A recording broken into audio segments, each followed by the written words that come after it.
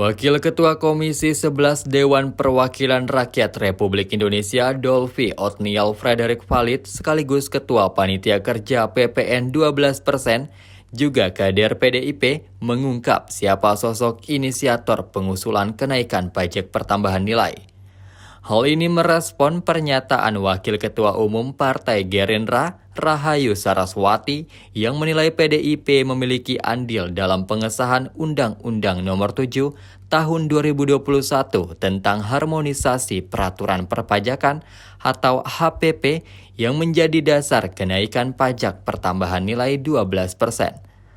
Seluruh fraksi yang saat itu setuju untuk melakukan pembahasan atas usul inisiatif pemerintah. 8 fraksi di Dewan Perwakilan Rakyat kecuali PKS menyetujui RUU HPP menjadi undang-undang pada 7 Oktober 2021.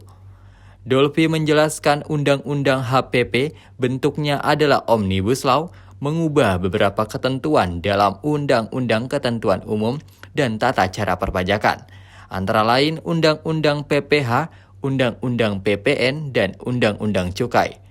Undang-undang ini juga mengatur program pengungkapan sukarela wajib pajak dan pajak karbon.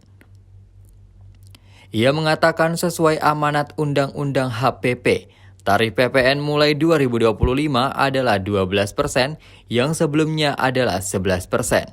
Pemerintah juga dapat mengusulkan perubahan tarif tersebut dalam rentang 5% sampai dengan 15%. Download Tribun X sekarang, menghadirkan lokal menjadi Indonesia.